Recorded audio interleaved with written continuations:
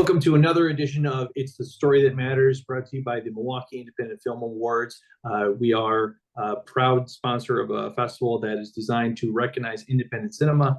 And with me today, I have some really cool people. But first, a quick shout out to our sponsors, Xerox, and then also the Grub and Pub restaurant and bar that's out in Campbellsport, Wisconsin. If you guys have a chance, please support them as they help support independent film. With me today, we have Cody and Tatjana, a wonderful married couple that work together both independently and together in the film industry. Good to meet you guys, and thanks for joining me. Thanks for having us. Thank you. So let's jump right in. So you guys submitted a film to us called Glaistig. I think that's how you pronounce it. It's like an 80s style horror film. And I did a review on the film, and I think that the film is, especially for those who are very interested in the horror genre. I got to tell you, I got some creepypasta vibes out of it. I got, especially if you've seen The Ring or The Grudge and you see this like convulsing and stuff, I got the creaky, crunchy sounds coming from fingers and stuff make me go, ooh, that's some really creepy stuff here. So I got to ask, what inspired you to create Glaistig? And then, obviously, did you draw from any of those other creepypastas or other horror folklore for the story, or how did that kind of come about? I can talk about the aesthetics and you can talk about the lore. So I grew up on 80s slasher films, and that when I started, doing my own film projects, that's sort of what I kind of gravitated towards. And in terms of you mentioned creepypasta, which is cool because that is some inspiration. You doom scroll on Instagram. There's lots of really weird accounts, most of it totally fake, but all these like videos, and it's like videos of the woods, and then all of a sudden something moves and it's all creepy. And this particular one, I actually came across a Reddit thread that was talking about things that you hear in the woods in the middle of nowhere, in the middle of the country. And I grew up in South Central Wisconsin, in the woods, and a lot of that sort of it kind of appealed to me. You go out in the middle of the night and these things rationally aren't real, but you hear noises and you might see things, and you talk to people, you talk to the old timers, and it's like, oh yeah, that's the whatever monster, and that is just sort of the part of our collective lore. And then coming like across the chupacabra or something like that.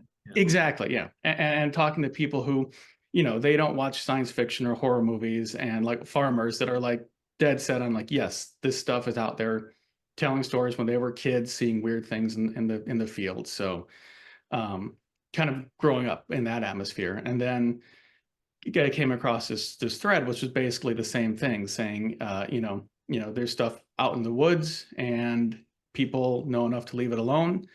And if you go out and investigate, then that's, you kind of deserve whatever happens. So I'm like, okay, so I kind of took that and then base it around the idea we'd been kicking around for a long time, which is doing a horror film and creating sort of an iconic, I hate to use the word iconic, that sounds pretentious, but a horror villain that is recognizable. Like right now with Terrifier, everyone recognizes Art the Clown, and you have going back to Jason and Freddy and all that, and creating something with a recognizable, almost marketable shape. And also wanted to do a female villain because there's not very many of those. You have the Ring Girl, you have you have Megan, you have Annabelle, you have the Nun, but and that's sort of more modern, and just create something of more of a feminine presence. And then so we started researching some of the lore. I grew up in Germany, so same thing. It's like grew up with like a lot of woods around me, and a lot of the old fairy tales. So there's obviously in Europe you have almost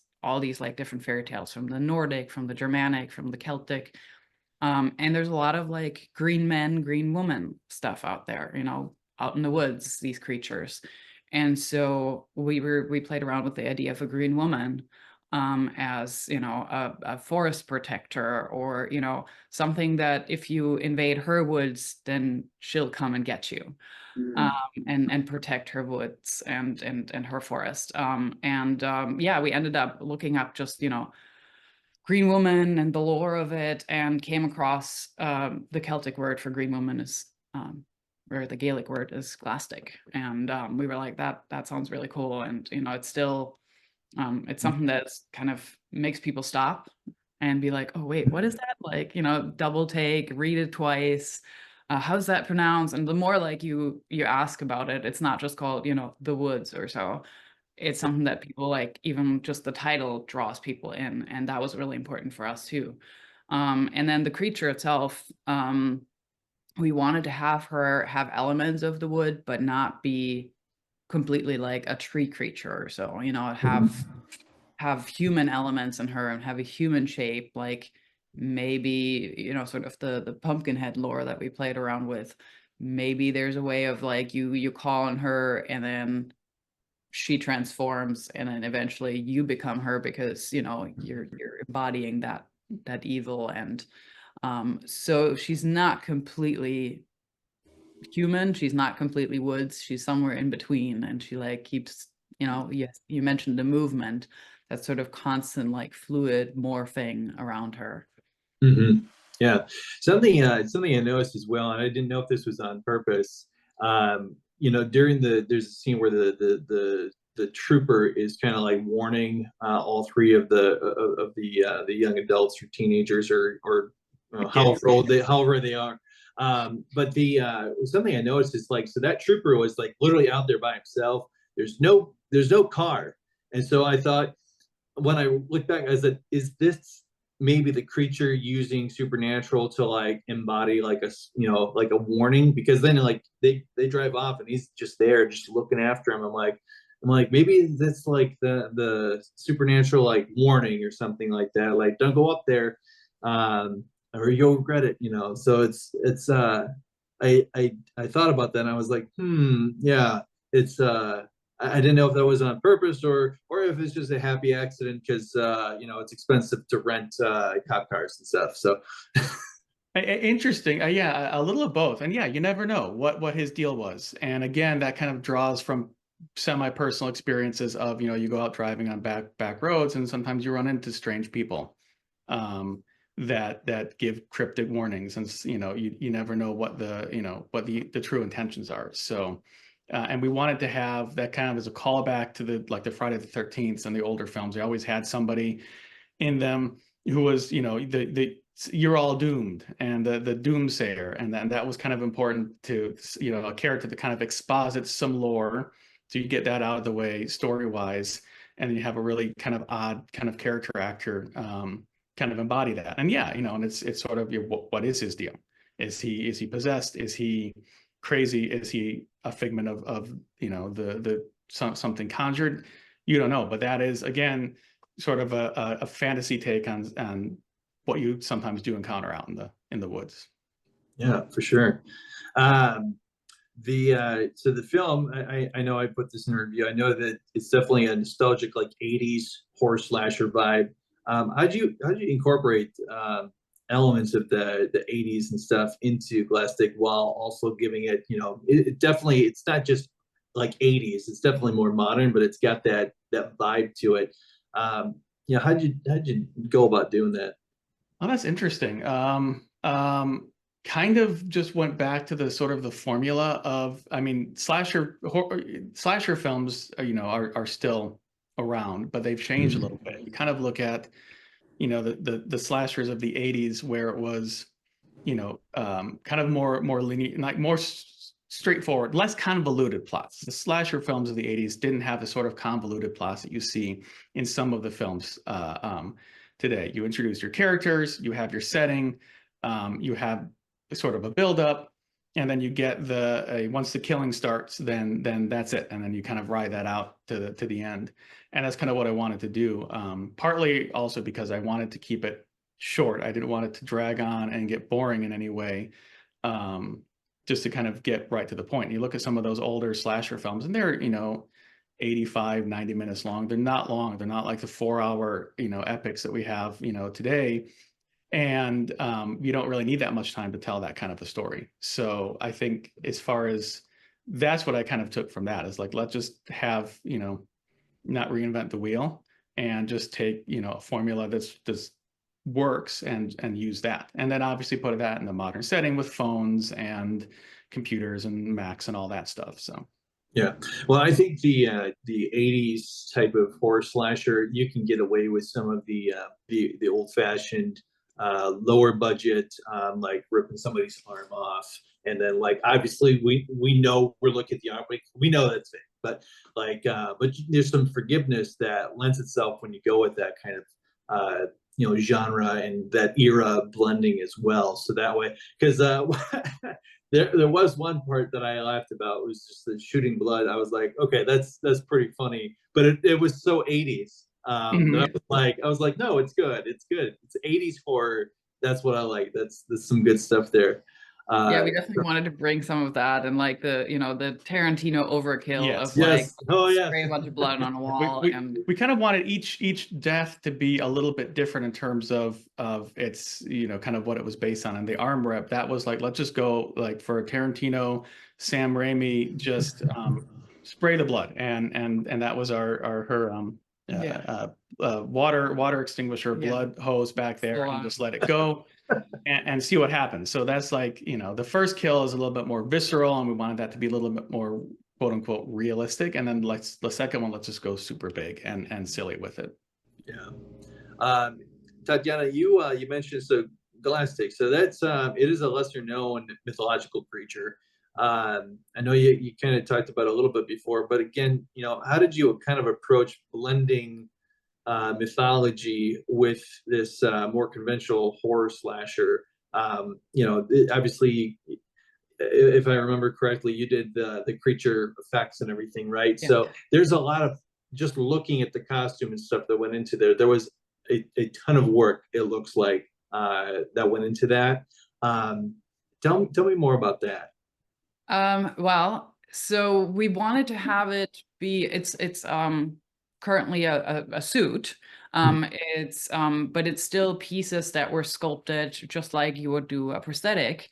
So I sculpted the pieces based on a female body shape, and then we attached them to a suit, because we also were like, well, we're shooting this in August. So it's super hot, and then we have to also drive out in the woods with everything with our actors, and we wanted to have it so we don't have to glue everything on her, spend 5 hours gluing everything on her, and then like drive out in the woods, shoot for 20 minutes, and then drive back and then remove everything. We were like, oh, if we do this in a suit, we can have her also take it half off and get some, air in between takes. So that was like sort of our problem solving of making this a little, costume / prosthetics. So it still has the same approach, and then blending it into her real face, and the prosthetics on here, and then the hair, and her fingernails are all creepy. And bringing in the lore, I think it was just bringing in all of these different wood elements. Some of the textures we had like bark, some of the textures we had moss, so some softer stuff, some harder stuff. And then we're like, well, what are people afraid of? People have, this weird afraid of holes. So we had some of those lotus pods that, people are always like freak out about when there's a bunch of holes on someone. So we incorporated a bunch of those. And again, incorporating the fact that we were saying, well, maybe she was human and got transformed and got taken over by the woods. So I created that chest piece that kind of is, the branches are ripping her open and exposing that underneath it, she still has ribs. So there's still human underneath there. So it was a nice, like, researching, like, what wood elements I want to bring into her, but what human elements I want to keep, and reveal that she, underneath, there is still possibly a person, and possibly she still has a heart under there. But when she was bleeding, it was like more like tree sap. So it was really fun playing around with all of those elements, and going back and forth between, what real creatures, real legends are out there, what can I like take just from, taking pictures of textures in woods. And then our actress, Parker, she was just amazing, and she's a dancer. So the way that she moved underneath all of that, bringing that to life, and then bringing that blend of like the harshness of bark and all that, and the softness of the wood with some of her fluid moments, that I feel like brought it together with her. Yeah, you mentioned obviously the address, which I think you need to have, especially for a non-speaking role, but it's just this incredibly threatening part. So you have to make sure that you find like the right person. Obviously, you did. Um, you had obviously so these performances by Emily as Heather and Parker as the Green Woman were ones that we talked about specifically in the review as being very well done.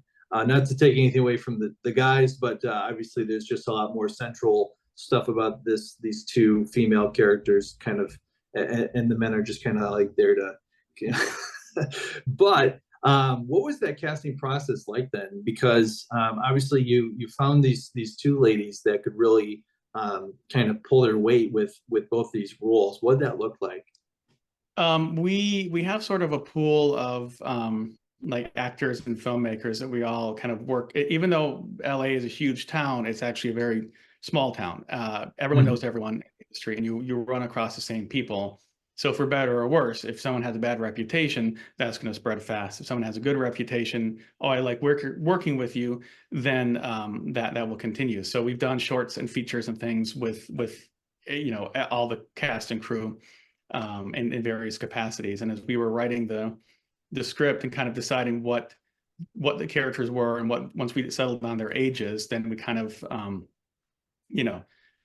Emily was sort of our first and only choice for the role of Heather, and the guys were kind of based around that. Again, no offense to Tom and Cameron, who were amazing in their roles and did a lot with very little, which is great.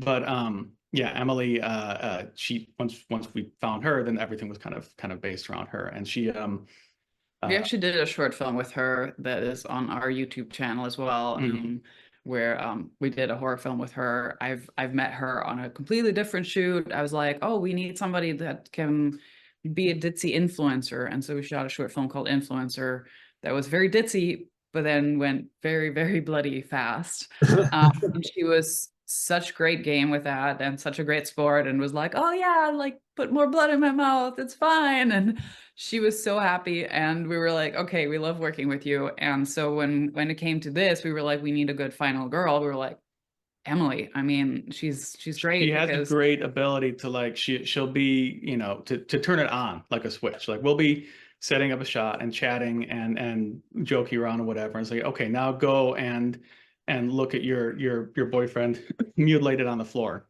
and she gets into it amazingly fast, and then does it, and then I give minimal notes, and then she takes those and runs with them. So she's the real deal. And then you yell cut, and then she's like, was that good? So that's good. Yeah, she's so, great to yeah, and then yeah, we know the others, and Parker, our Green Woman, she does have a background in stunts and dancing, and I've seen her in another creature. I've worked with her on another film where she was like a creature, and she had this like movement quality to her. And I showed that video to Cody, and I was like, look at that movement like that she has just in that one scene. It was just like standing in the doorway and just doing like a little bit of movement. And I was like, that's it. So short answer, we knew the characters, we decided on who we wanted, we asked them, and they said yes. And that's it. And that was perfect. So that's and it was during the slowdown out here with the writer and actor strike. So people were a little less busy at the time, which worked to our advantage. And there you go. Scoop up the talent when you can. Yep. All right. The sound design, I hinted at it earlier. With the I mentioned it was like bone chilling effects. So the sound that you had with the Green Woman, how did you guys make that? Because that was honestly the creepiest thing that the creepiest thing I've heard since watching the Grudge of the Ring. Thank you. Disclaimer, I'm not a sound designer. I edited this myself, and as you know, the directors should never edit their own work. I did it out of budget and I have no problem looking at my work and saying, cut this, cut this, cut this. I'm not precious with anything. Partly because I had in my mind, like, I need to get down to that specific time frame. And that was the rough cut was the easy part, but then getting into the sound design, that was spending hours and hours. I came across a couple like free use sound libraries, and the Green Woman was it was vegetables. It was several hours of various crushing, dry, wet tomatoes, celery, vegetables, and I scrubbed through all these dozens and dozens of sound files, and then picked out kind of what I wanted, and then just did some minimal EQ and Premiere, and that's what it was. I did some things with some phasing, where sometimes the left channel, the right channel, so sort of almost some ASMR, just really get into your head with those sounds, and I mix in. I think there's like also like some dolphin noises, excuse me, and a couple other things, a couple other animals that I kind of mixed in, sped up, reversed, and put in there. So she's always making these sounds. So, and it worked. That's really something. I was with you, and then you said dolphin noises. Now I got to go back and I got to rewatch this because It's there. It's there. I think it's a dolphin, some sea mammal. They're like, oh, let's just throw that in and see what happens, and then speed it up a little bit, and then mix it in with all. I mean, there's multiple layers of just sounds for her. So, yeah. but it really worked because, that's that like you said with The Grudge or any of these, you want that visceral, auditory experience. Very unsettling audio for sure. Yes. Jump into the pacing and structure of the film. So I noticed as watching that it's a 13, almost 14-minute film, and obviously in a horror film, that's kind of a long time from 0 to hey, everybody's dead. And so you gotta keep that pace while still escalating and building up to that eventual climax. Yeah, obviously it sounded like from what you're telling me about like your editing process and stuff, that you had no problem being like unmarried to some of the things and just cutting them out to do it. So was there a lot of footage that you had to cut out in order to kind of maintain the structure of your pacing? How did that kind of go? It was, yeah, that's interesting. Like I said, from the get-go, I wanted it short. I mean, I've been to, no offense to anyone who's made longer shorts. There's some really great longer shorts, but sometimes you go to screenings and things, and you see a short film that's 45 minutes long, and you're sitting there going like, okay, and I wanted this to be to end before someone got bored with it. And that was sort of, because I work in commercials, which is telling stories in 15 Right. to 50-second chunks. Yeah. And we did our 15-second horror film challenge. Excuse me. We did our 15-second horror film challenge a couple of years ago. So it's sort of just like getting in that mindset. And like you said, with horror, especially, once you want to always be ramping up, you don't ever want to like get crazy and then relax. You want to just keep going and steadily escalate until everybody's dead. And then it's over. And that's a good horror film in my mind. So yeah, I actually wanted it to be 10 minutes. But that just all the stuff going on wouldn't fit. As far as footage that was cut, a lot of there's a few, scenes, some dialogue that was trimmed, but a lot of it was the death scenes. Each death scene, because we only had 2.5 days for initial shooting, and the first day we did all the kills. So it was like everyone got their third of a day to be killed, and all the death scenes could easily each be like 10 minutes long. There was so much, especially with Emily's death, and there was so much, a lot of things going on, a lot of processing. So there's a lot of, I had to like kind of, I couldn't be too precious with all that because the death scenes alone could have dragged it out, Sure. which would have been great because all three of them gave great performances, and great deaths. And Tom with the intestines, and there was many minutes of him just on the floor, writhing in agony, Scooping them back scooping in. it, trying to put them back in. And I had to cut some of that because otherwise it would have been too long and it would have gotten too silly. But there was still like a lot. And Emily's death, there was a lot of like introspection where she was just there, and I'm just like, we're figuring out some technical stuff as the camera's rolling, and I tell her, I'm like, Emily, just keep dying, just stand there and keep dying, keep bleeding out, and that's. I didn't say anything else because I didn't want to like overload her with, and she just stared and stared and stared, and finally, like, okay, great, now you can die, and then she drops. So I don't regret anything that was cut, but there is a lot more to those death scenes, and there's a lot in the woods, which came that 30-second montage kind of that we have. We went out in the woods with them and shot, for a couple hours, basically our own little Blair Witch, just seeing what we lighting it with flashlights, and that's it, and running around this actual creepy woods, and getting some really good sort of almost candid moments of them where I told the actors just interact with each other and act like you're on a camping trip, and we'll kind of be a fly on the wall. So a lot of good stuff there that didn't make it, but yeah. Well, it definitely fit and definitely worked well with the way that you guys got it. So I thoroughly enjoyed what you did with all the deaths and stuff. And I was trying to avoid talking specifically about all that, but hey, the cat's out of the bag. So pause this. Everybody if you're dies. watching, go and watch the film right now. yeah, you can push that bit to the end if you want and get it. So a lot of times directors, we look at especially with horror films, and there's a lot of tropes that we kind of fall into, right? And like a group of friends ignoring warnings, facing a supernatural force, but then you are trying to add your own original twist to it. And I think that you guys managed to do that with Glaistig. Tell me, were you trying to avoid any type of tropes, or were you just kind of, where you're like, what, I'm just going to embrace these and we're going to tell our own version? How did you kind of feel that, that's the number one pitfall I think that a lot of modern directors now are trying to avoid, is going into those recurring tropes.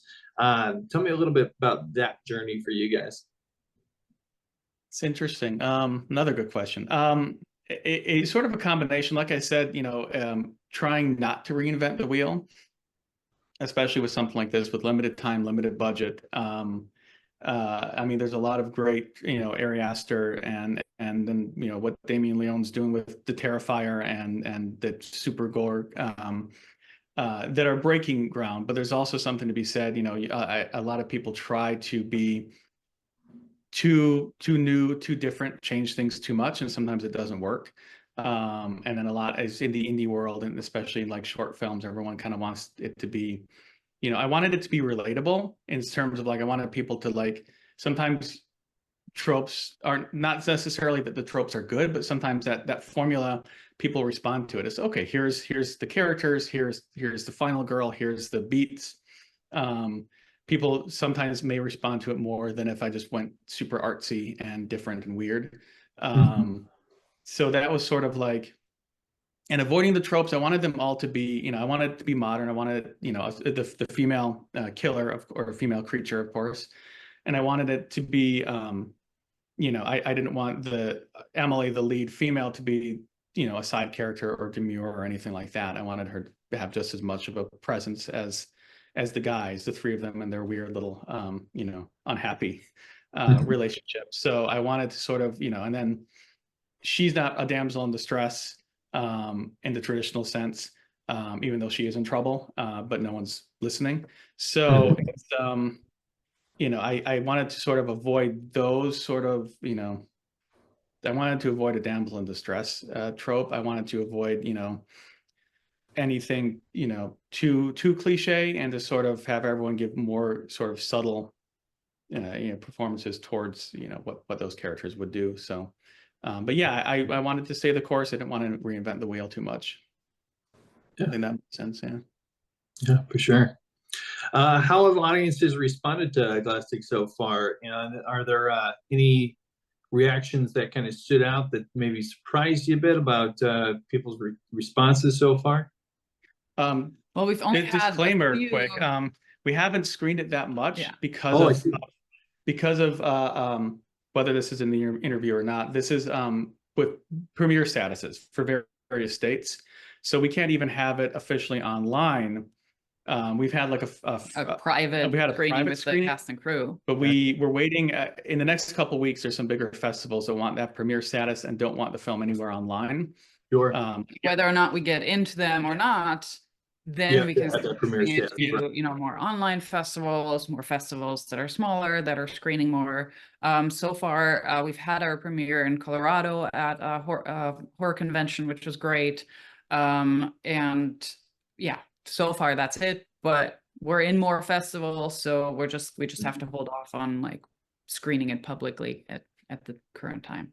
Right. No, I got you. So at one point with the festivals that are out there, then where how long before those are done when you can actually kind of get this out there to have more people see? I think this Probably after the fall, like we have maybe around Christmas or in the new year, we'll probably end up or sooner. Yeah. putting it public more. Right now we're into a bunch of horror festivals, which all have their screenings and selections in the fall. So after that fall season, we'll know about premiere status for a bunch of these, and then whether we get in or not, then yes, then it'll go on YouTube, and we'll do some local screenings here in LA, and kind of get it out to the world. So definitely. Okay, very cool.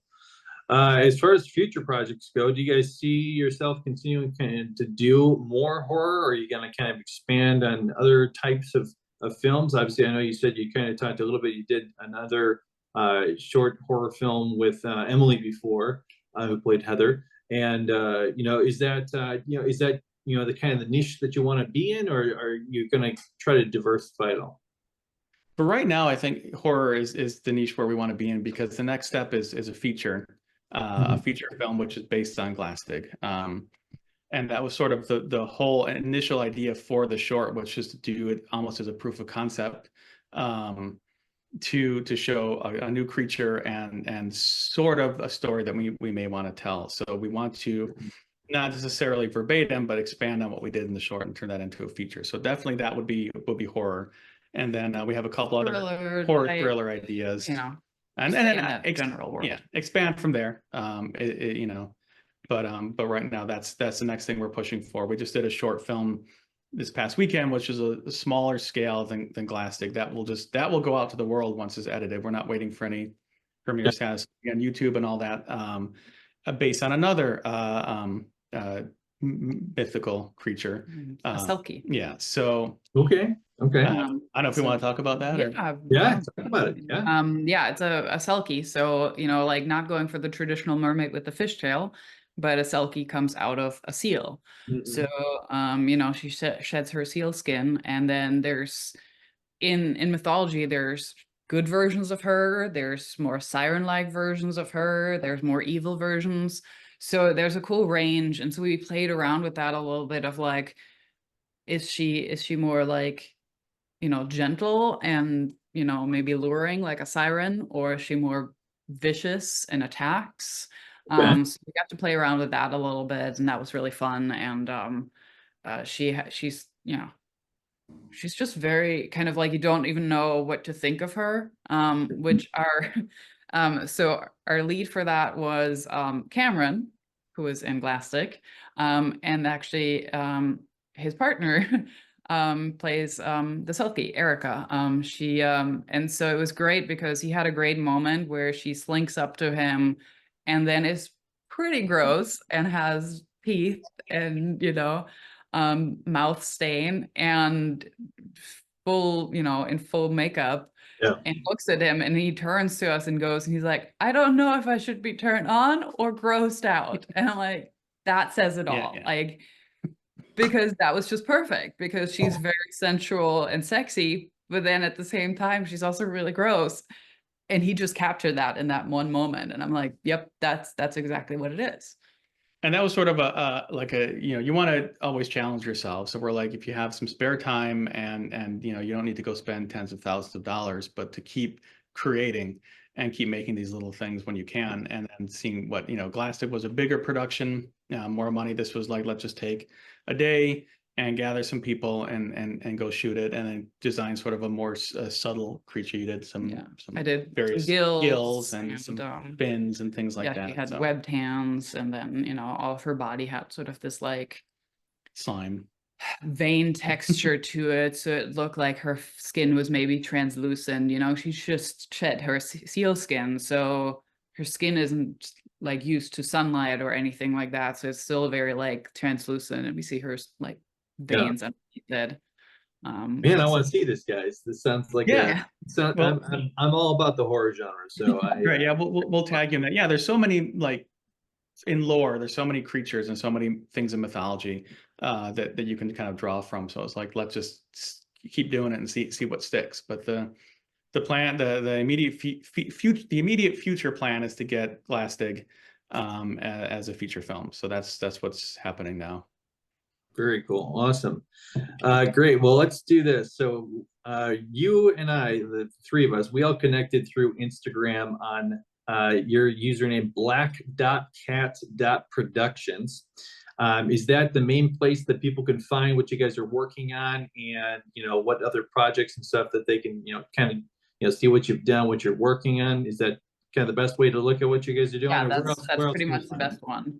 Okay. You All said else you've on got a there. YouTube? We have a YouTube channel, and that's linked in the Instagram. So And the does it YouTube is Black Cat Productions. Yeah. Yeah. Gotcha. Does it, quick aside, does it go to the website or no? Yes, it has a link to the website. So if you go to Instagram, there's links to website and to the YouTube channel. Okay, perfect. That way we can keep following and stuff, because I definitely want more people to see this. And I actually forgot to mention that Cody is a Wisconsin native, which is great. So I love any and all exposure Wisconsin can get from talented filmmakers. So quick Wisconsin shout out for Cody. So thank you for that. And also, Tatjana, you didn't tell me you were from Germany. That's so cool. Yes. And I wish we had more time to talk about that. But obviously, for all the viewers and stuff, please check out black.cat.productions, and then also Black Cat Productions on YouTube. Find their website, follow all their stuff, and make sure that you keep in line for all their future stuff, including this new film that you guys just did. And then obviously, so we can see more updates on Glaistig as it gets into feature film status, hopefully down the line sooner rather than later. Yes. With that, thank you guys so much for jumping on with me today. It was a pleasure for me to be able to talk with you guys, and I hope to talk to you again soon. Thank you for having us. Appreciate it.